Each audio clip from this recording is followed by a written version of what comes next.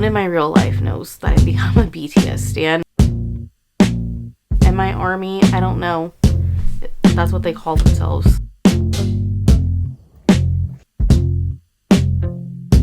Okay, is this vlog like I'm giving bird watcher kind of, be honest with me? Okay, so I have started a new job recently. I'm 100% working from home now instead of working a hybrid schedule.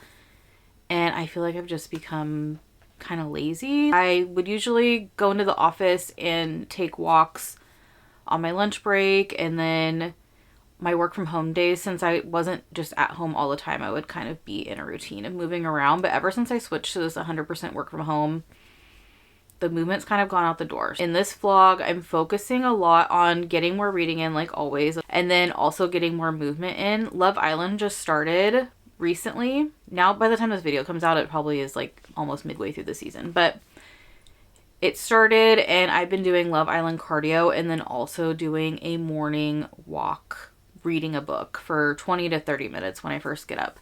And it's been working wonders. So I'm going to take you to the beginning of me starting that routine. I'm on a mission to get more steps and read this summer. And I didn't feel like being on the walking path today. So I'm at the most gorgeous park in Sacramento. And I'm going to walk over to the botanical gardens. They're like 10 minutes away. So I'm also doing a step and reading challenge that I'll talk more about later, and it also involves Love Island.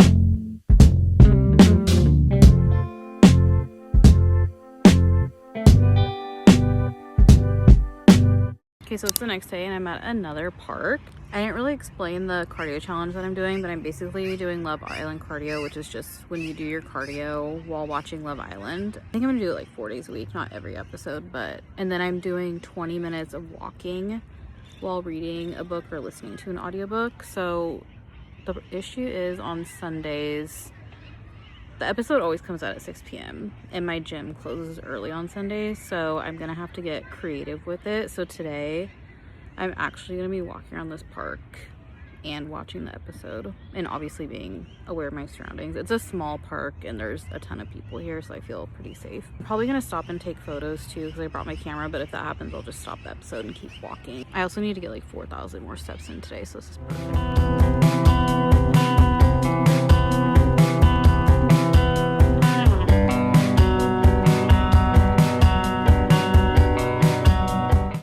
The episode's an hour and 20 minutes long this week and the sun's starting to go down, but I feel like I can get the last 20 minutes in before it's like all the way down, and there's still a ton of people here.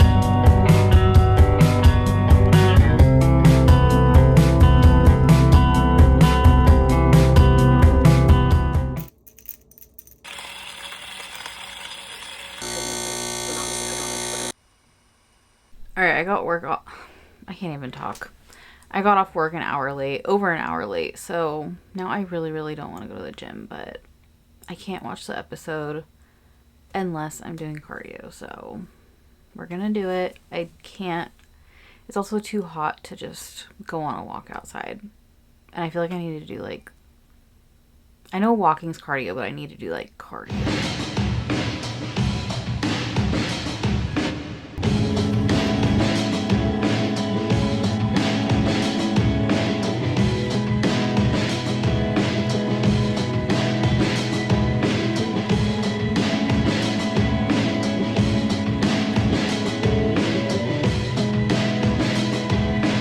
Okay, it's been a few days, and if you can't tell by my voice, I got sick. So I just took a few days to recover. I was really tempted to just push through it and just at least get my steps in and maybe just walk during Love Island cardio. But then I thought about it and I was like, let me just actually try to recover. And I feel like I'm on the tail end of it, so I can start incorporating movement back in. I did finish The Right Move though, and I don't get teary-eyed in books very often. I don't know what it is because I cry during movies a lot, or just like last night the Knicks won I don't even know what they call it for the NBA because I don't care about basketball, but just seeing everyone in New York getting so excited, and I'm all the way in California, I started tearing up. So I cry over everything, but for some reason with books, I think because you're reading it so slowly so you can see what's coming for such a long time, that it just doesn't catch me by surprise, where it is with movies or things happening in real life. Like, I don't know. It just usually doesn't happen. But anyways, I did start to tear up at the end of this book, and I don't want to give anything away if you haven't read it, but just Ryan Shea, everyone talks about him, but I hear people talk about, I think, Isaiah Rhodes more. I don't know how anyone can top just what he did at the end of this book, or not just one thing he did at the end of this book, so many things that he did for Indy. I don't know how you can top someone being this considerate, and yeah, I'll just leave it at that. If you know, you know. I don't want to say anything else. It was just very, I don't know if I'm gonna rate it a 5, because in the middle it started lulling a bit, where they would hang out and then they would both, you know, realize that they have this bond, and then they would think to each other like, wow, I've never thought about anyone else this way, and I've never felt this comfortable.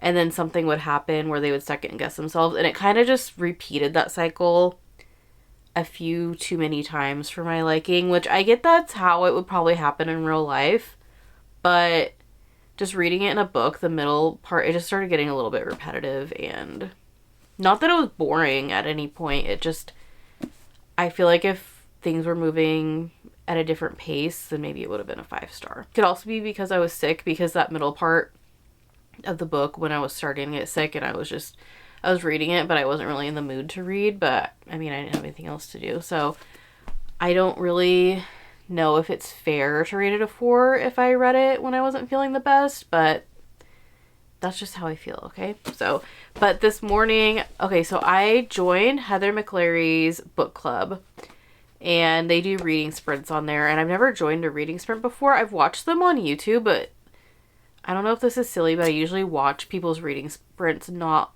live.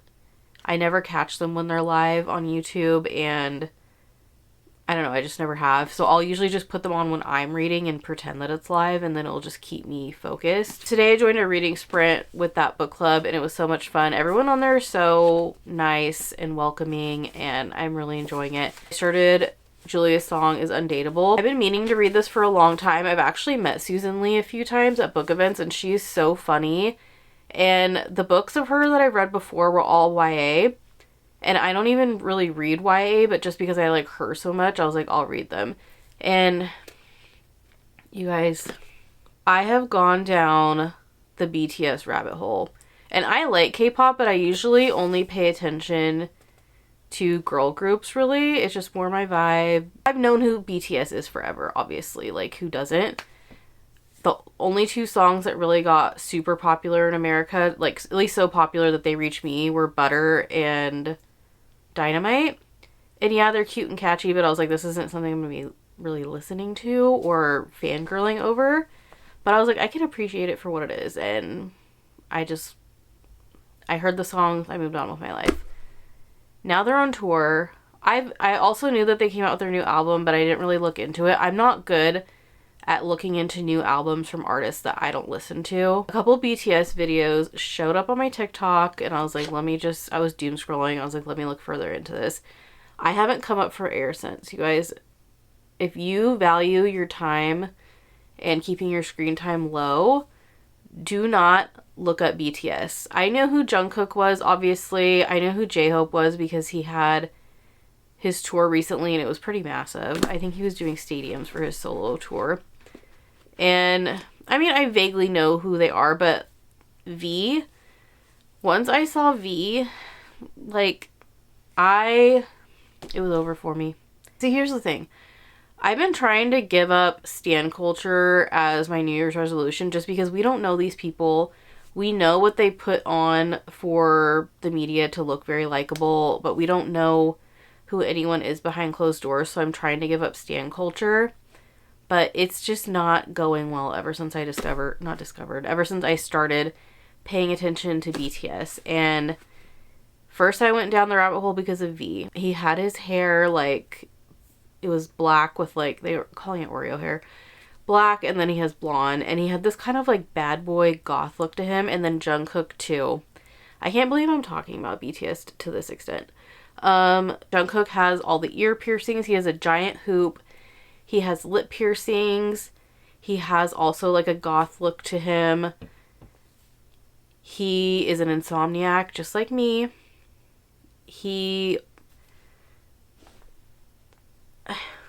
I can't, oh my god, I can't believe that I've gone down this rabbit hole and I've become so obsessed. And also all the other members are great too. I like them all for their own reasons. Jin, he has a song that he made up about tuna, and I'm obsessed with tuna. And then he did a collab with one of my favorite canned tuna brands. It's a Korean canned tuna with kimchi in it. Oh my god, it's so good.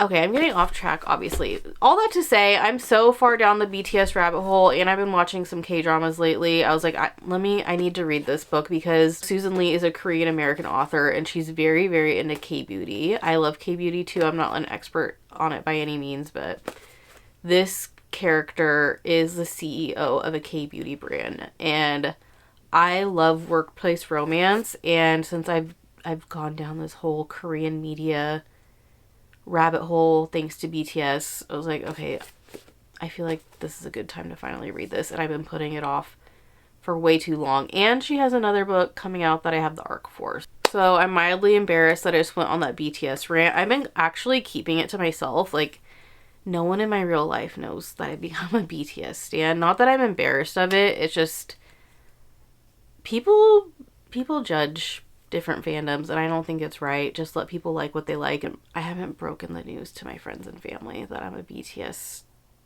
fan. Am I ARMY? I don't know. That's what they call themselves. I watched on Disney Plus.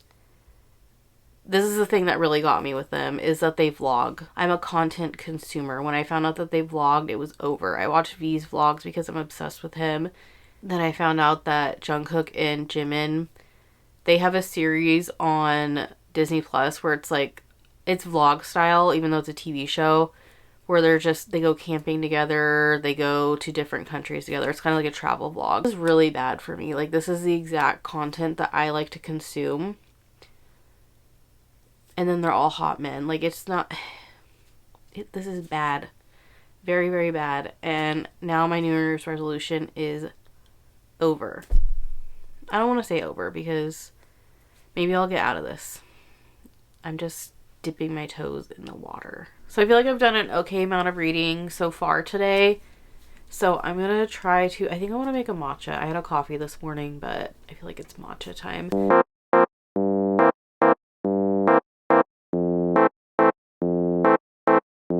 Alright, I went on a walk and it's definitely helping me feel more recovered, so I feel like I can go to the gym later, which will be really nice. I listened to an audiobook on my walk, Into the Blue. I'm not really gonna go into detail of that book in this vlog just because I feel like everyone and their mom is reading that right now, and I'm really, really liking it. I'll say that much. I really like a love story that spans for years and years, and sometimes that's how it happens. I mean, I don't really believe in the whole right person, wrong time thing. I feel like if someone really wants you, then they'll make it known. But this story started when one of them was in high school, so it's a little bit different. And it's not really, it's kind of reminding me of Normal People, how it spans so far, but also not. It's a completely different situation. The miscommunication in this isn't,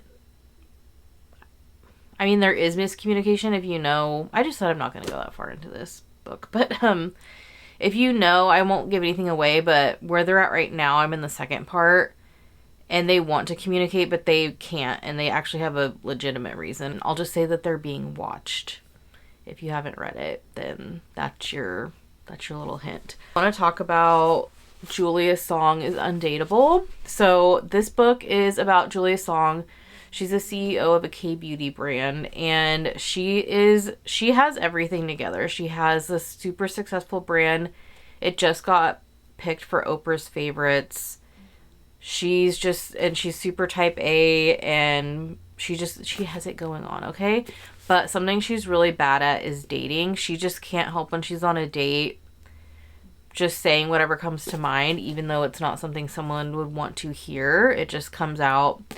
And she's very desirable because she's so successful and she's gorgeous. She's very desirable, but once she gets to the date, she just fumbles and it never works out for her. But her grandma just told her that she's sick and her dying wish is for her to finally find someone. And she's from a super traditional family, so of course they want her to get married. And my dog wants to go to the bathroom 1 minute. Okay, so anyways, so her grandma is sick. Her dying wish is for Julia to find someone. And so Julia agrees. She said, I'll go on 3 dates. She announces this to her whole family at a family dinner.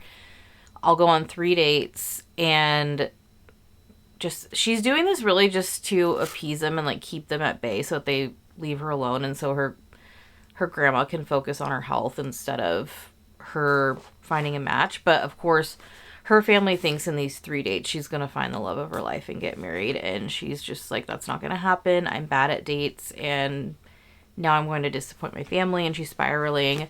And her neighbor, or her family's neighbor, Tay, comes over. And they've known each other, I think, since it's saying that she used to be like his babysitter. So there must be a little bit of an age gap here. But I don't think it's anything crazy.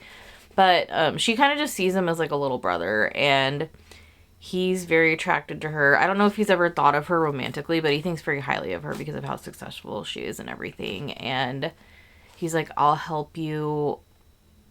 I'll be like your dating coach. Like, I date around a bit. I can help you. And so I think we can all see where this is going to go. I'm not that far into it, but yeah, I love... This is kind of like fake dating, but not fake dating a little bit. And I really like that. It's a different spin on it. I think the only other like dating coach thing I've read that didn't involve them fake dating for real. Because usually they're like, oh, I'll teach you how to date. But like, we're also going to pretend that we're dating and that's how I'm going to teach you. Only other one I've seen similar to this is The Love Hypothesis. Do you guys... I kind of want to reread that series because it's been so long since I've read it. And I feel like...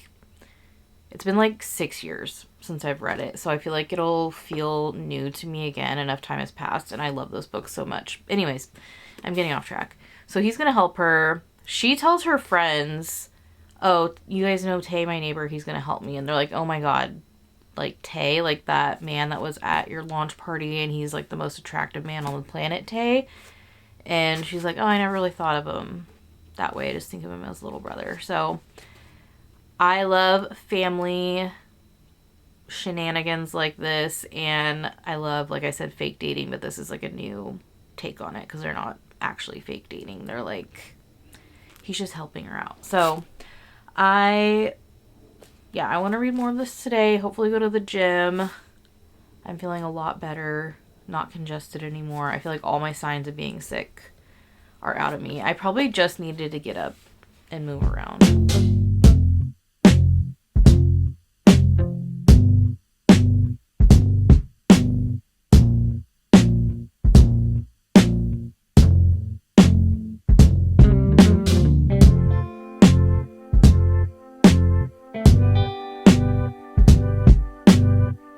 Another Saturday, and I just got done with another reading sprint, and I'm loving doing the reading sprints now. It just gives me an hour where I'm like, okay, I'm only going to focus on this. I'm going to put my phone down. And today we did it at 9 a.m. So it forced me, I mean, usually on Saturdays I get up pretty early because I don't want to waste the day, but it forced me to really get up and get ready. Even though we don't turn our cameras on, I just felt like at least blow dry my hair and stuff. I continued reading Julia Song is Undateable. The guy in this book, his name is Tay. His name is actually Tae Young. He is so considerate, and he has a crush on Julia. He's always had a crush on her since they were young, but I feel like he's also, that's kind of what is making him go above and beyond for her, but I also feel like he's just a considerate person all around. So she just agreed to her first date, and he called her phone just out of the blue and was like, hey, I heard, you know, you're being set up by your mom and I want to take you out. She agrees to it. And this guy, her friend, knows of him, and she was like, he's not like a red flag, like you'll be fine. But he has thrown out already a yellow flag where he suggested a restaurant. It's in Koreatown in LA, and he wants to get there. He wants the date to be at 7. And she's like, the traffic's going to be horrible at that time. And I work kind of far away. And he's like, no, 7 o'clock will be fine. And she's like, I think I know what I'm talking about. Okay. And he kind of just disregarded her. And she's like, whatever, I'll go on the date at 7. She's stressed because of all the traffic and the timing. And then she didn't mention this, but he knows going to a new restaurant and picking out food is just something that gives people anxiety. It gives me anxiety too. I have to look up the menu a lot of the time if I'm going with like a big group of people. And she's also a vegetarian, but she doesn't like vegetables and she doesn't really like spicy food. And they're going to a Korean barbecue place where a lot of the entrees are meat, a lot of them are spicy, and then there's a lot of vegetables involved. He was like, let's go to the restaurant together and we'll eat together and you write down everything that you like so that you're ready to go when you go on this date and you don't have to worry about that and you can just focus on the date itself. And that is so thoughtful. And just when I feel like when people have anxieties about things like that are so normal, like going to a restaurant and picking out food, some people wouldn't think like, oh, that's something that's going to make someone anxious. But if you're already not wanting to go on these dates that much on the first place, that's just something that's going to add to it. And the fact that he thought of that without her having to really bring it up. And I don't even know if she's a person that has anxiety per se, but that's just something that even if you don't have anxiety, like that's something that could just make an anxious situation even worse. So I just love that he thought of that. He also said something to her that was so sweet. I can't remember what it was. Let me look for it. I can't find the quote. I should have highlighted it, but he says something along the lines of, the challenge here isn't going to be getting you ready for these dates. The challenge is going to be finding someone that is worthy of your time.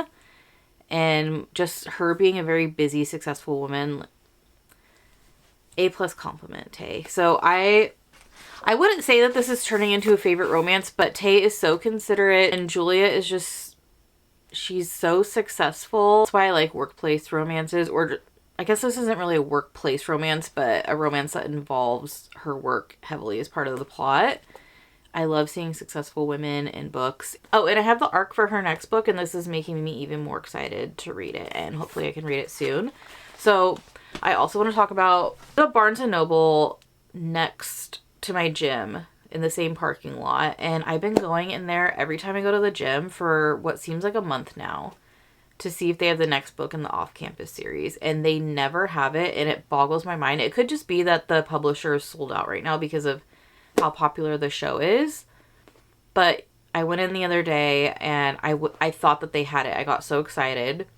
It turned out that it was the Briar U series, which is her other series, and the covers look very similar. So I almost bought that book, and I thought about it. I'm like, okay, that's not what the series is called. Off Campus, not Briar U. I want to go to my local bookstore and see if they have it, but I'm never in that area. It's in the downtown area, and it's kind of a nightmare to get to, but that is going to be where I probably buy it from. At this point, I'm just going to Barnes, like, to see if they have it just out of frustration. I don't even know if I'll buy it there if they have it. I just can't believe that they don't have it, basically. So I keep looking. But I did go in there yesterday and I had points. So I got this manga for $2 called Tommen's B-Side. I'm probably not saying that name right, but it's supposed to be really funny and really cute. And the main character, she's a high school student and she works part-time as a housekeeper. And okay, I swear I didn't get the, now that I'm saying this out loud, I swear I didn't get this because I am suddenly into BTS. I've been hearing about this manga for a few months now. So now she's going to be cleaning the house of one of her favorite idols. And if you didn't know, I feel like everyone knows by now, but K-pop stars are called idols. So she's going to be cleaning his house, and of course she's excited, and I've just heard nothing but good things about this. I want to start reading mangas that aren't romance, but that's just always what I gravitate towards. I know that there's other great like action ones or fantasy, and I need to get more into that, but the romances, so my plan today is to go to a park. I'm gonna go probably to the same park that I went to last week, the big park. It's a little further, but just once, if you live in Sacramento, you know, once you go to Land Park, there's nothing beats it. It's huge. There's so much to do. There's like little parks within the parks, kind of. There's even a zoo and a little like amusement park type thing. I'm not going to go in there. I might start reading at Phil's and editing this video a bit, and then I'm going to walk around the park. There's no Love Island today. I don't really watch After Sun. I'll just watch some of the clips on TikTok. So today, instead of going to the gym and doing Love Island cardio, I'm just going to be trying to walk. It's also 82 today, which for Northern California, or at least in the area that I live in, Northern California, that is crazy that it might sound warm, but for here, that's really cool for us going into summer and it being 82 degrees. So I want to take advantage of it and just get outside as much as possible. And I've been loving going to parks lately. I'm obsessed with it. So I'll probably read at the park as well, get some steps in, take some pictures. And yeah, those are my plans today. This will probably be the last day of this vlog. I feel like I've been dragging this vlog out for a very long time since I had to take a break in the middle of it while I was sick. So I think today will be the last day. I'm about to leave. I can't find my sunglasses anywhere or my hat, and my bag is way too heavy. So I feel like this is going to be a fail, but... Okay, so I sat at Phil's and edited for quite a while. I feel like this vlog has been all B-roll. I haven't been talking that much, mainly because I was sick. So I'll try to talk at the park, but I'm not good at talking to the camera in public. So, but I am gonna walk around. Last time I went that way, which is where the botanical garden and this pond is, and I love it over there, but I just want to look around more. The park is supposed to be like, this is a big difference. It's supposed to be either 185 acres or 300 acres, but either way it's big. There's even a golf course in the middle of it. So there's another pond that I want to walk to over this way. And there's also really nice houses over there. If you live in Sacramento, you know Land Park is the dream neighborhood, especially if you like mid-century modern houses. So I'm gonna start walking. I'll try to talk, but I can't really promise anything. Wait, do you see what I mean? It's the park. I want to walk through here because it looks really cool over there, but this is literally part of the golf course. I'm pretty sure. There's no one coming, so I'm just gonna go for it.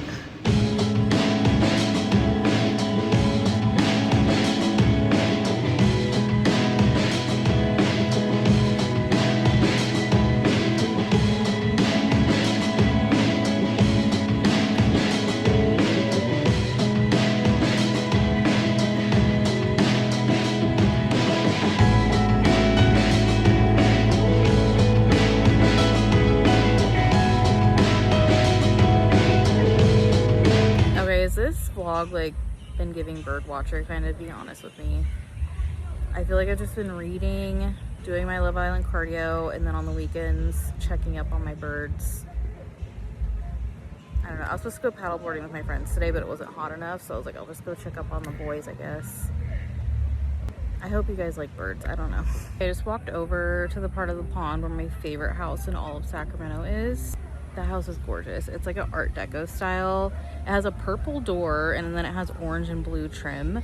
Usually I'm into more of like a mid-century modern look, but that house is just so cool. Like it literally looks like 80s Hollywood or like Weekend at Bernie's kind of style. I'm obsessed with it. I just happened upon it one day, and now whenever I'm on this side of the park, I just go and stare at it for a minute. Hopefully the neighbors haven't noticed me, otherwise they're probably really creeped out by me. But I can't help it. Like, literally, if they confronted me, I feel like I would have to say, like, you guys have the coolest house I've ever seen. I didn't read as much of my book as I wanted to. I get so distracted, and there are so many geese here today. I actually can't believe it. I was surrounded by geese, and then the people sitting next to me were feeding them, which is fine, but I just didn't want to be focused on my book and then get attacked by a goose because I wasn't paying attention.